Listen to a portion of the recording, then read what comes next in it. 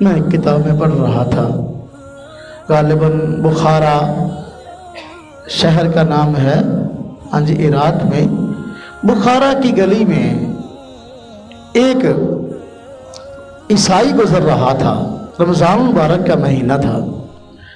تو اس کے ساتھ اس کا ایک چھوٹا بچہ تھا۔ بخارا اور سمرقند یہ ایسے علاقے ہیں کہ مسلمانوں کے مراکز میں سے ہیں، اسلام کے مرکز، بڑے بڑے اولیاء کرام، بڑے بڑے اللہ والے علماء، فقہاء اور محدثین یہاں گزرے ہیں۔ تو بچہ وہاں اپنے باپ کے ساتھ گزر رہا تھا اور عیسائی تھا، تو بچے نے کوئی چیز جیب سے نکالی اور کھانے لگا، بازار سے گزر رہے تھے، تو باپ نے اس کے منہ پر تھپڑ مارا اور کہا تمہیں پتہ نہیں یہ رمضان کا مہینہ اور مسلمان اس مہینے میں روزہ رکھتے ہیں، تو اس مہینے کے اندر جو ہے ہاں جی شریعام جو ہے ان کے گلیوں بازاروں میں سے گزر رہا ہے اور کچھ کھا رہا ہے، تجھے نہیں پتہ اس مہینے کا ان کے ہاں کتنا اکرام، کتنی عزت اور کتنا برا محسوس کریں گے؟ یہ کافر کا خیال ہمارے متعلق ہے